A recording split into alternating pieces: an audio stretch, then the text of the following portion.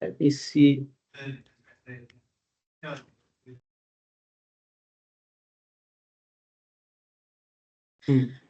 Is there any way I'm yeah. I'm trying to. No, it doesn't matter. I won't be able to draw probably, right? It should be fine. Probably not. I'm not sure if there's something built in Teams for that, or I don't think so. Right. Okay. That is fine. Okay. Can you see the later point? Yeah, we can see that. That looks good. That's good. I think we have 1 minute, right? So. Yeah. When we're if that wasn't me, when we're ready to get it was totally me. When we're ready to get started, I'll give a quick intro and then I'll let you introduce yourself and then we can roll. Awesome. Okay. Oh. It's okay. What? Ethan Awkward. What about Ethan Awkward? I know. Oh, joined? Yeah. Oh. Okay, that makes. It's good that people are joining virtually because I was kind of concerned actually that wouldn't work. There's another one. Yes. Another one. So. No. Another one. Okay, we just got it's 30 and we just got another person, so I think I'll do the intro now. Perfect. I really can't turn around the camera to so people. Nope, that's not gonna work. It's all right. Okay, hi. Okay, hey everybody. Hello. Thanks for coming to the first talk. So for those of you that aren't acquainted, I'm president of the Rose Tech Radio Club. We are a group on campus dedicated to the technical exploration of communications technologies, and something that we're really passionate about that we wanted to bring to all of you this year was a series of technical talks about applications of communications technology in industry and in like real research contexts. So yeah, I hope you guys will kind of keep up with this talk series. I hope you learn a lot from this talk. This first presentation will be from Dr. Kadota. I'm going to let him kind of introduce himself. But I was kind of inspired to start this up because some of you that know me might know that I was on medical leave last year. And while I was kind of going through that extracurricular project, I was lucky enough to work with Dr. Kadota on some really exciting like software-defined radio projects. So yeah, I'll let Dr. Kadota introduce himself and introduce the presentation, but I hope you guys are excited because this is going to be really great. Yeah. Yeah, Elizabeth, thank you for the intro. And so my name is Igor Kadota.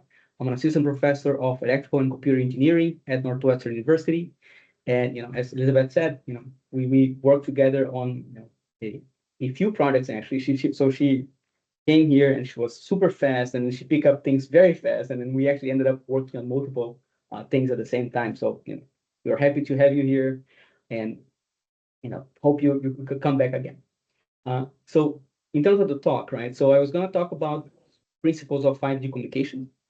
And I'm going to use as an example your phones, right? Which is something that we all have, but something that we rarely think about how it works, unless you work with comms, right?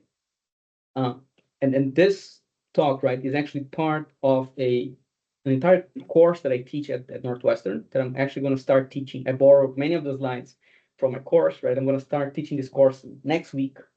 So it takes me like a quarter to go over all the math and all the details, right? So today I'm going to skip many of those things, and I'm going to do that in order to build intuition.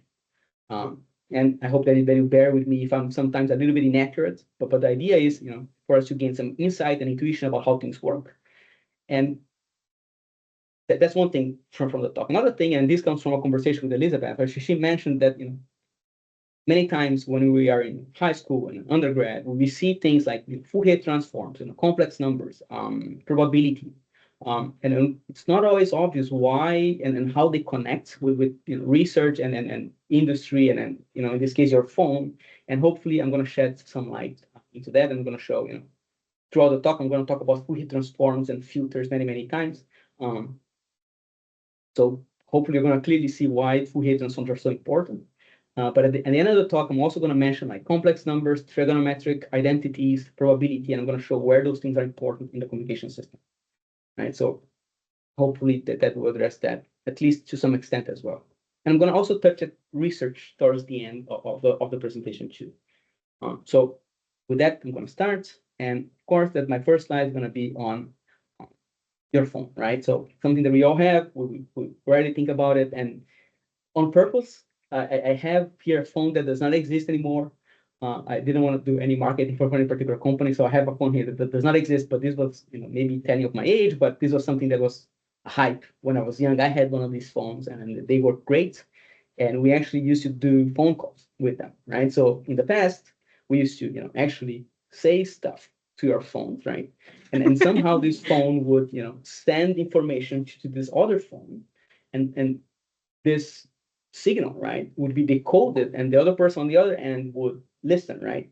And if you, I don't know, maybe you're thinking about this for the first time, but it seems like magic, right? How is that this is happening, right? So this is like airplanes flying, right? You don't think about it, but when you think, it's like, wow, that is something. There's a lot going on there, right? So I'm hoping I'm going to break some of those things down. So a few things, right? So first, your voice is analog audio, so it's continuous time signals, right? And you're going to encode this signal with actually infinite information into electromagnetic waves, and then send those waves over the air. And this wireless channel, this wireless environment, is going to distort your signal in many ways. And then your receiver is going to capture the signal using an antenna, right? Your phones actually have multiple antennas now. So they're going to receive this signal and decode it, and actually you're going to hear the voice back, right? So again, how is that possible, right? So today we're going to focus on the transmitter. The receiver is the more challenging part, but it kind of, I'm simplifying, right? It kind of is doing the reverse, right? Whatever we do in the transmitter, we do the reverse in the receiver, and then we get the audio back. I'm oversimplifying, but that's kind of roughly how it works. So I'm going to focus today on the transmitter. And, ideally, we should keep this interactive. So if you have any questions, concerns, please, stop me and we can discuss any part of the talk. Yeah, so if anyone has any like intermediate questions or comments or something comes to mind, just raise your hand, and either me or Nikki, depending on whether I'm still functional, we'll translate it over to the mic since we're just using the computer mic. So yeah, we can keep it interactive if anyone has any questions. Right. Yeah, I definitely do not want to lose you in the talk, right? So okay. What is the first step there, right? So again, let's start simple. What is your signal, right? It's just voice. It's analog signal. So this is amplitude versus time. This is actually your voice, right?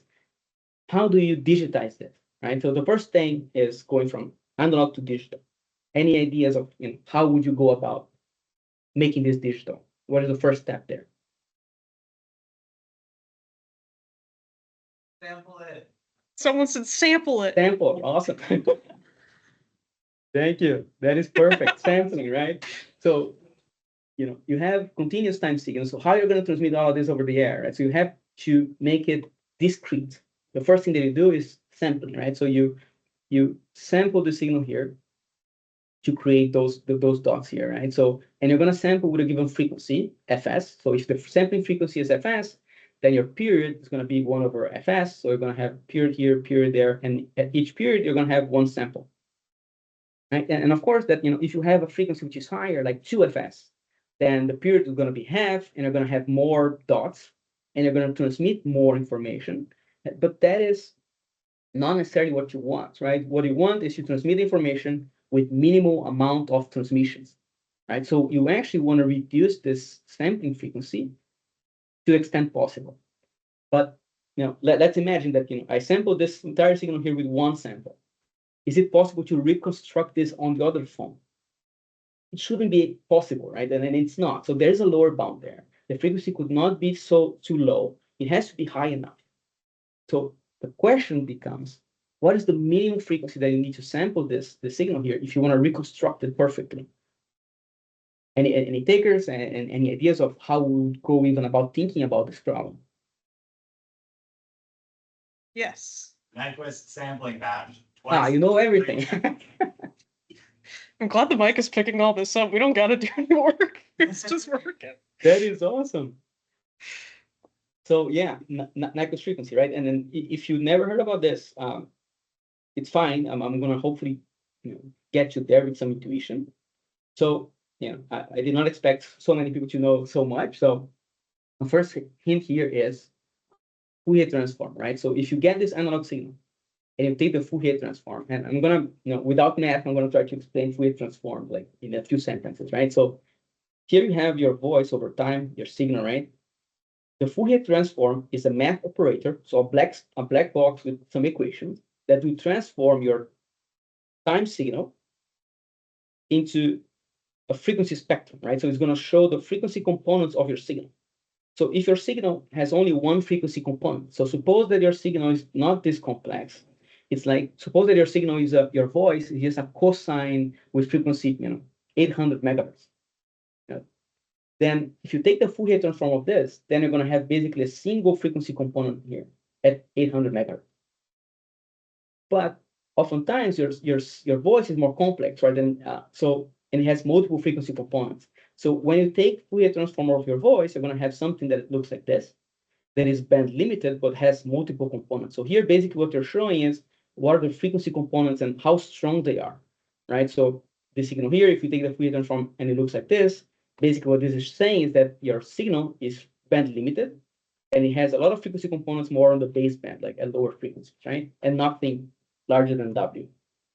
So here I'm saying that my signal is band limited between 0 and W, right? So here's strength of my frequency components versus frequency, right? So, and one thing to note is that this transform here is inversible. So if you have the time signal, you can take the Fourier transform and get the frequency components. And if you have the frequency components, you can take the inverse Fourier transform and get back your original signal without loss of information. So you don't lose anything with this transform. Those two things are equivalent. Now, this is for your analog signal. As soon as you sample it, you're going to get those dots, right? And if you take the Fourier transform of those dots, you see this. So basically, I'm copy pasting my frequency spectrum here, and I'm copy pasting it at multiples of fs. So I'm going to copy paste to fs, then to 2fs, 3fs, 4fs, and also on the negative side, like minus fs, minus 2fs, and so on. So you're basically creating multiple copies equally spaced over frequency. And this might give you a hint on what is the Nyquist frequency. Because those copy pastes here, they are separated by this frequency fs, which is your sampling frequency. And if the sampling frequency is too low, then those two things here are going to start to overlap. And if they overlap, you're going to have impairment, right? So you're going to start having something that cannot be fully recovered to the original thing. So when you're choosing your sampling frequency, you'd like fs minus w to be greater than w, which means that what you really want is fs to be greater than 2 times this bandwidth here, and 2 times the bandwidth is basically the Nyquist frequency, right? So, and then there's a whole theorem. There's a lot of math involved. You can actually prove those things rigorously, and I'm skipping all of that. I'm trying to give you the intuition, and the intuition is if you sample your signal with a frequency that is at least twice as much as the bandwidth of the signal, then you can fully recover this original signal based on the sample. And again, I want to give you some intuition on how to recover, right? So suppose that at the receiver phone, I give you those samples. So I'm going to give you something that signal that looks like this on spectrum. How do you recover the original signal? What you do is you're going to do some filtering, right? So basically, you're going to select a low pass filter with appropriate frequency, right? Cutoff frequency, and you're going to cut off everything that is high frequency. And if you do this, notice that you're basically left with the original time. So if you do this filtering on this and you take the inverse Fourier, you get the original signal perfect. And if you think about this for a moment, this is amazing, right? So I have something that is continuous time. I'm sampling it. I'm giving to the destination phone, to the receiver, just those points. And then you're filtering and doing inverse Fourier transform, and you're getting the entire signal perfectly without loss of information, using nothing. So, at least the first time I saw the mind-boggling. How is that, finite number of samples can give you information about the entire signal? And thanks to Fourier transforms and all of the math, we were able to show that this is true, and this is widely used in our phones and ADCs and DECs. They're basically based on those things. Any questions so far? Probably people that already know necklace frequency have no questions, but anyone else? Any questions about intuition? Anyone that's not a late stage electrical engineer. Taking lots of comms courses already. Okay. I'm not seeing any immediate questions, but if Awesome. someone thinks of something, just speak up and we'll come back to it. Great. But that is the intuition, right? And this, in all its complexity, is just the first step, right? So you're just sampling, nothing else, right? So now that you have sampled, the question is it enough, right? So I had this original analog signal. I'm sampling. I have those red dots. And if I want to send this particular red dots to my receiver, how many bits do I need to send in order to encode this one red dot? This one red dot, it lies on the real line, right? So it's a real number, and a real number has infinite precision, right? So if you actually want to encode this one red dot, you need actually infinite number of bits. So it's not even possible to send one. The question is, what would you do about this? If you want to transmit those red dots, this sequence of red dots, you need to take care of this accuracy problem, right? Any ideas of how would you go about this? Or maybe already the answer?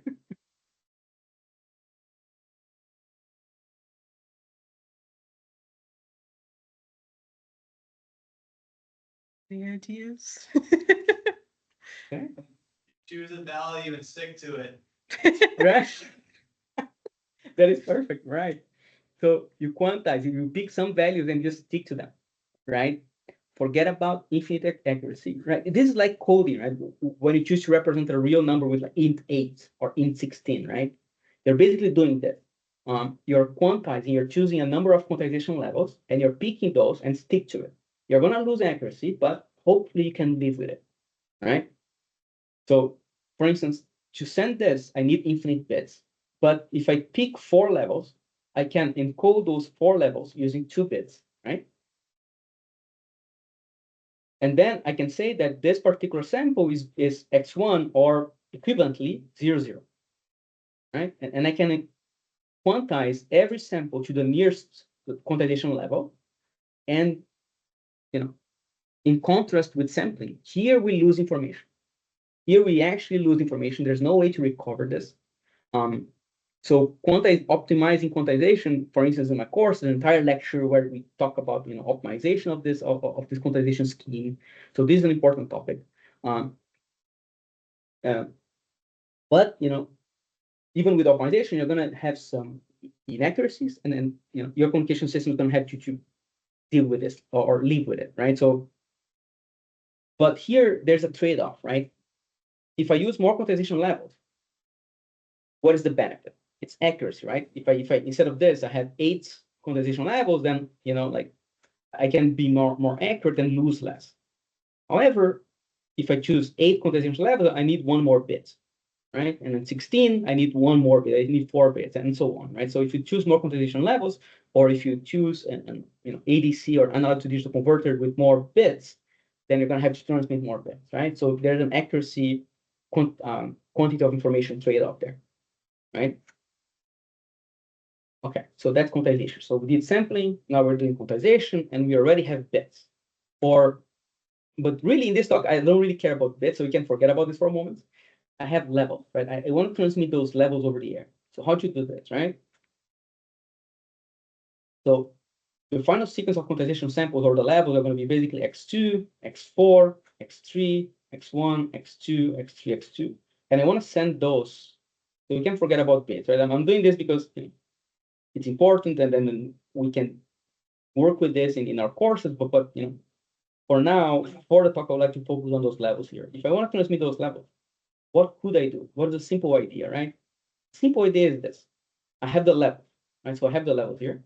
I cannot really transmit over my antenna points, right? I need a continuous time signal to transmit over my antenna.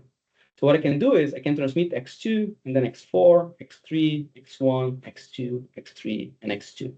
I can transmit those square functions over time, and I could receive them in my receiver phone. This is something that could be done. I'm not saying that that's what's done. There's something that I'm trying to motivate something here, right? So suppose that I transmit this. This is doable, right? What is the issue here? What is the issue of transmitting this over my transmitter phone antenna? And just as a hint, right? If I take the Fourier transform of this is that, right? Or it looks similar to this. What is the problem with that? And please think about multiple transmitters. Like what happens if I have more than one transmitter, for instance, 5G and Wi-Fi, and they're all transmitting using this kind of like a scheme? What is the issue there? Interference. Right, interference, right?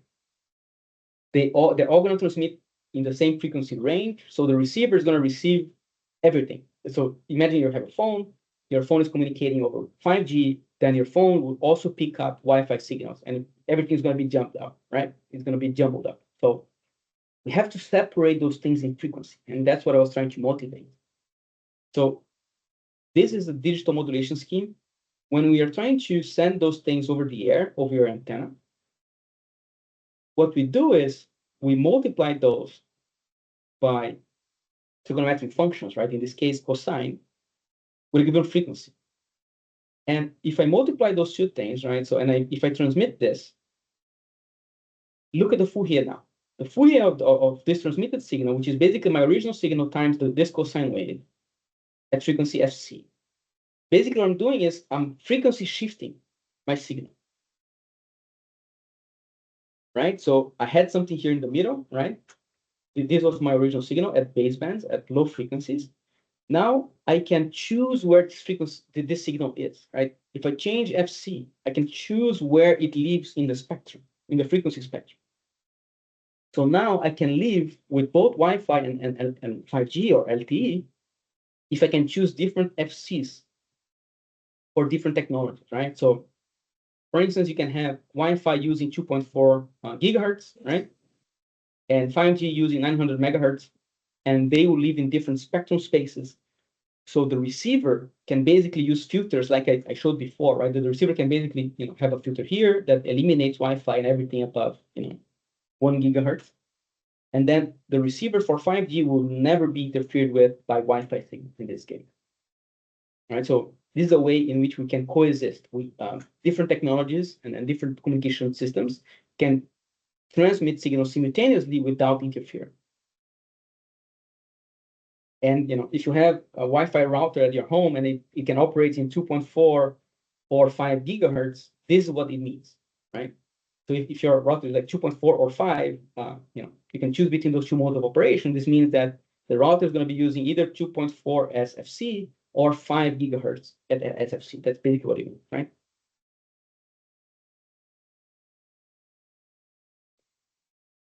Any questions, concerns? Everything is good so far.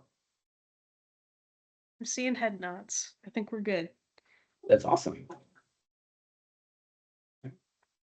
So I'm talking about Wi-Fi and about 5G, right?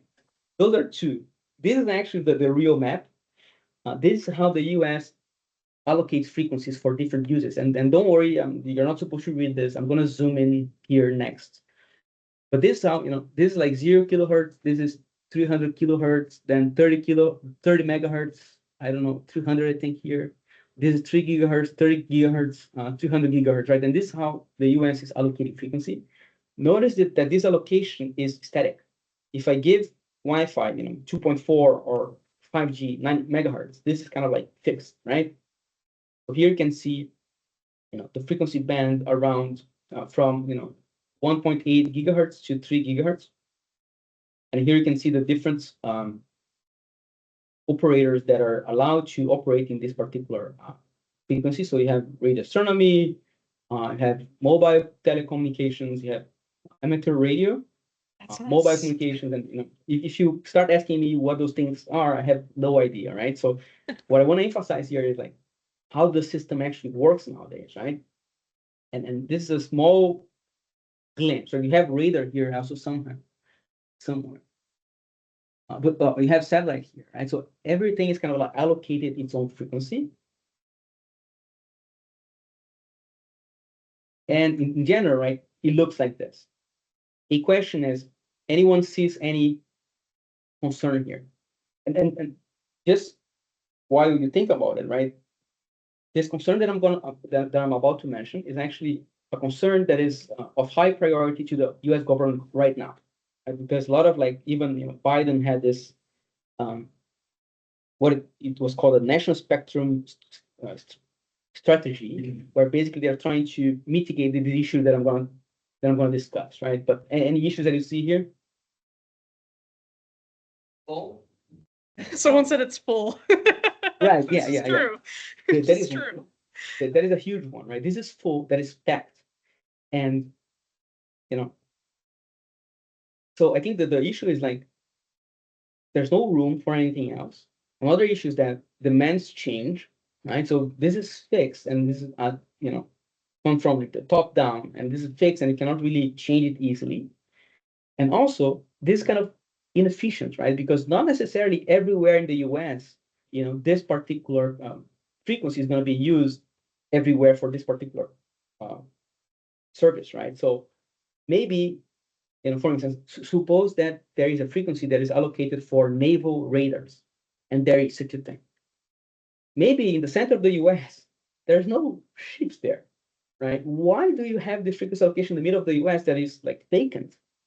When this is full, this is packed, and you have this inefficiency that one could be using that frequency in the middle of the US that is not where there's no Navy ships there, right? So the key point, and I think what you mentioned, is that this is full and this is an inefficient system, right? So what is happening not right now, and this is involving not only government but also industry and academia, we're trying to reinvent this, right? Can we come up with a dynamic allocation of spectrum, right? And then there's lots of money on this. Some of the CHIPS Act money is also being, invested here. And the idea is to get, industry and academia and government to collaborate and think of strategies for the future. This is something very recent. This is kind of like started November last year. So a lot of moving parts. And hopefully this will, if you're interested in research, right, this is a very interesting research problem, right? How do you do dynamic allocation of this many services, right? So one interesting thing is like you need to understand them, right? So you need to understand every piece here if you want to be able to dynamically allocate things, because you need to understand their needs, right? And even after you understand them, you need to understand how can we coexist, how can we add other services to the same band without interfering with them, right? And think about this from the context of satellite. We have now those LEO satellites orbiting Earth, and they're basically interfering with everything, right? So how can you make Earth-based systems coexist with satellites, right? So this is a very, very interesting problem that I'm also involved in, and lots of universities are involved in. So any questions about the research problem, or maybe about comm system before? Good. I think so. Cool. So this is actually, Northwestern, Notre Dame, UCLA, and many other universities, they are part of this NSF center, which is called the NSF Spectrum Innovation Center, so Spectrum X. I encourage you to take a look at the website. Lots of different research being done, and if you're interested in communication systems, on the dynamic spectrum allocation problem that I mentioned, please feel free to browse and let me know if you have questions or are interested in getting involved. And I'm going to go back to my original slide, and I'm going to mention a few things that I did not talk about, right? So I talked about analog audio source, and then we did sampling and quantization, right? And this is important that actually happens, right? And then I showed you some modulation, which was a one-dimensional modulation in which, you only transmitted, a rectangular, dynamic rectangular wave. And then to transmit that, you multiply this by cosine. right? But there are other modulation schemes, more advanced modulation schemes that use complex numbers. And basically what you do is, if you had another dynamic rectangular function, you could multiply that by sine and transmit both using the same antenna. And then at the receiver, you could perfectly separate them using trigonometric identity. And often in physics lectures, right, you hear that there's no free lunch. This is one exception, right? Nature just gave us this sine and cosine that can perfectly merge and then be separated without any harm. So at least that's whenever the physics professor says something about that, you can say there's one free lunch in nature. I hope there were more of those, but there isn't. And when you're thinking about sine and cosine, you can basically represent modulation, those type of like two-dimensional modulation schemes using complex numbers, and you can use those things to demodulate later, right? So that's one use of complex numbers here. Another thing that I want to talk about that I didn't mention in the talk was noise, right? So I said that you're transmitting this dynamic, rectangular function and multiplying by cosine, and that's all fine. But then your channel, your wireless, your environment is gonna create lots of impairment, like multipath, fading, and adding noise, right? And your receiver has to deal with those things. And notice that noise, of course, it's random, right? So we don't know how much noise you're gonna get at the receiver. So you need to understand probability and how random variables and stochastic processes work if you want to optimally detect those signals at the destination, right? So you know what you don't know, right? You hope to know what you transmitted, but this is impaired by noise. So you need to understand the features of this random process here if you want to optimally detect at the destination, right? So understanding of probability here is key. And if you want to demodulate the signal that was multiplied by a cosine, you need to know trigonometric identities if you want to do that demodulation, right? So I think the point of this slide is that there are a lot of things that you learn, at least I did learn in high school and in the first years of my undergrad education, that you kind of like don't know why you were learning those things, and it kind of can get overwhelming. But at least if you're thinking about doing research or working in industry and communication system, you're going to definitely use all of those and many more. So all of those hopefully will make more sense. And that is my last slide. So this is this references. So hopefully, if you have this burning, need for more knowledge, some references for you. And if you want more, or if you're interested in a particular topic, I can send you slides from my courses, or we can talk about it via email. So please feel free to contact me. And again, Elizabeth, thank you for the invitation, and thank you for the many answers there. Hopefully it was not too boring. It seems that you guys know everything already. No, thank you so much for coming. And I know for a fact not everyone in this room knows everything. Like, we definitely have some experts in the room, but we have some people that are new to it as well. So this has been really great. Does anyone have any final questions? Like high level stuff? Doesn't have to be exactly about this. Anything at all? Yeah. Okay, we got one. About the reallocation, like the dynamic allocation of spectrum, like how far along is that in terms of like development? Would that something that we should be able to see in the next 10 years, 20 years? What are we thinking? Awesome. So we're just starting. And did this also, okay, to be fair, there is like 20 years of research already done on like cognitive radius. And if you look at papers on cognitive radius, you're going to find a lot of good work, right? However, and I think that this is fair to say, most of the research has been theoretical. The mathematics and finding algorithms to do dynamic spectrum allocation.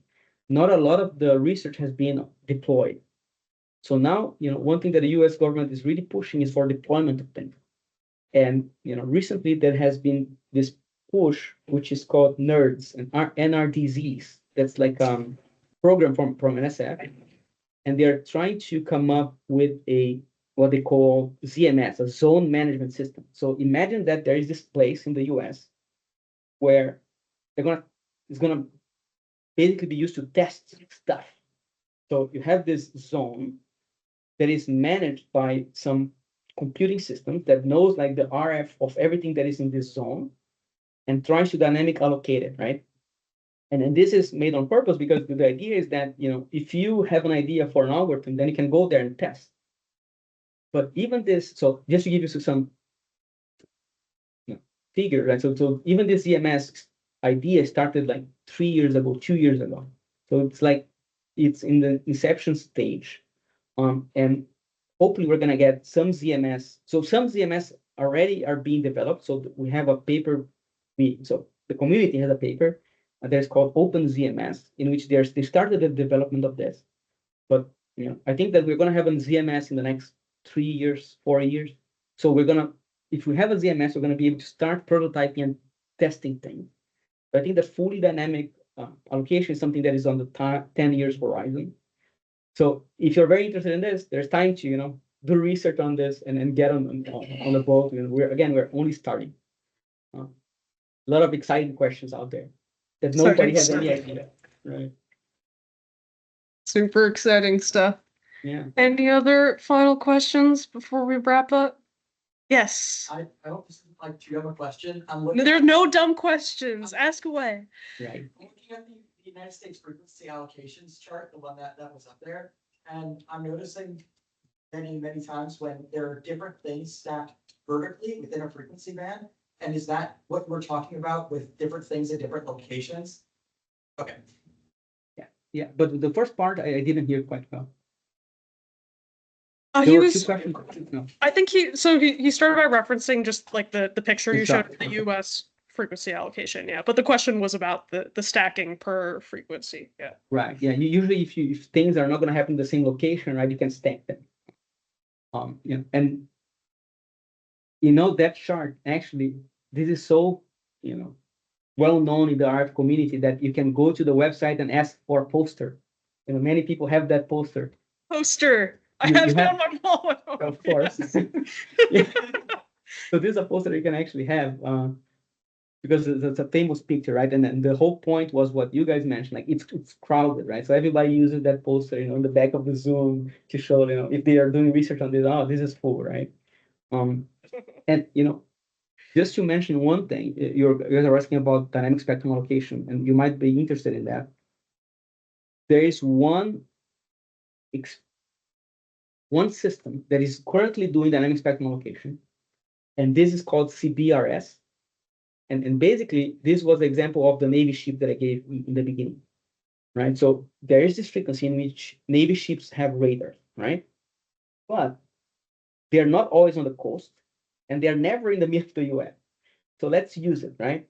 So let's use it in the middle of the US, and on the coast, let's have a system that kind of like the US Navy ships, they would tell this system that they are approaching, and the system would tell users to stop transmitting. And then the Navy ship would come, do its thing, and then go away. So there is this thing that is already happening. A few things which needs to be improved is, for instance, time. So this dynamicity, right? It happens like on a day basis. So the Navy ship will not tell you like, oh, I'm gonna be here from this minute to this minute. You're gonna say, I'm gonna be there soon. So you got better like not transmit during the entire a few days, right? So this dynamic allocation happens on the day scale and only for that frequency and only kind of consider that kind of application. The idea is to learn from this system and try to make it faster, more efficient, and for other applications, right? So this was, I would say, the first test of dynamic spectrum allocation. And if you're interested, please take a look at CBRS. That's one. Super cool. Okay. Oh, we have one more question. Oh, great. Is like national, the allocation of these bands like nationally is a problem? How much is it like international? Is that much of a concern, or does that not, that less so? Yeah. So that's definitely a huge concern. There, usually, countries, they have their sovereignty and then they're going to kind of like come up with their own allocation rules. However, there are systems that are global, right? Like satellites. How do you manage that? So there are some agencies that try to, manage all of those things and then try to, make those countries talk and try to make allocations which make sense. Maybe Elizabeth even have more information than I do on those specific things. But, I know that in the US, dynamic spectrum allocation is getting a big push. Not aware of that many countries that are doing something similar. So what I think that the US is doing is trying to push this because it wants to be the first one to be able to get there. There's this big push with a lot of funding behind it. And the idea is, let's win the race for dynamic spectrum allocation and for future G communications, right? Does that answer the question? Oh, yeah, I appreciate it. Yeah, as one interesting example is that like at Club, for example, if we were to make a transmitter that would like circle the globe, for instance, like it's not in space orbit, but it's in the atmosphere somewhere, over the United Kingdom, we would have to turn the transmitter off because they have different spectrum allocation rules for different devices at different altitudes. So based on the locale, there are like tons of differences in how local governments decide to govern themselves. But Dr. Kadota is right. There's also organizations that try to create agreement. I think ITU tries to create agreement, right?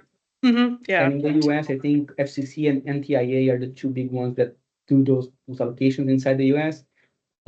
If I remember correctly, FCC is more on the civilian side and NTIA is more on the government side of things. Yeah. So even in the US, it's not a single entity, it's like NTIA and FCC doing frequency allocation. It's a very complicated matter. And then now let's try to have a system that does this autonomously. It's a big, big problem. And it's not only a problem on tech, right? So I'm more on the math and algorithms and radio side of things, but there's a question of market. There's a question of policy regulation. So this is a very big problem, right? So we have faculty here at Northwestern that tries to do research on both, how do you create dynamic spectrum allocation mechanisms that would incentivize sharing, right? So maybe Elizabeth buys it. So she has a company and it's very successful, has a company, buys a bunch of spectrum, and then she can, release the spectrum for different entities to use, right? So maybe she does not want to own the spectrum and use it. Maybe she wants to lease the spectrum to other entities, right? So how to create, tech mechanisms to allow this market thing to happen. And how to create this in a fair way, in a way that would not harm consumers. So there's a lot of interesting questions, not only from engineering, but from many different angles. So very exciting research topic. All right. Awesome. Okay, I think that's everything from the audience. Thank you so much, Dr. That's Kadota. This was awesome. Thank you for the invitation. I really appreciate it. Very happy to talk to you guys. And Yeah, please feel thank free to contact me if you have any questions or if I can help with anything. Awesome. Okay, thank you so much. And thanks everybody for coming. We all hope you got something out of this. So yeah, if you have any questions, follow up with us, follow up with Dr. Kadota. We're all excited about it. So yeah.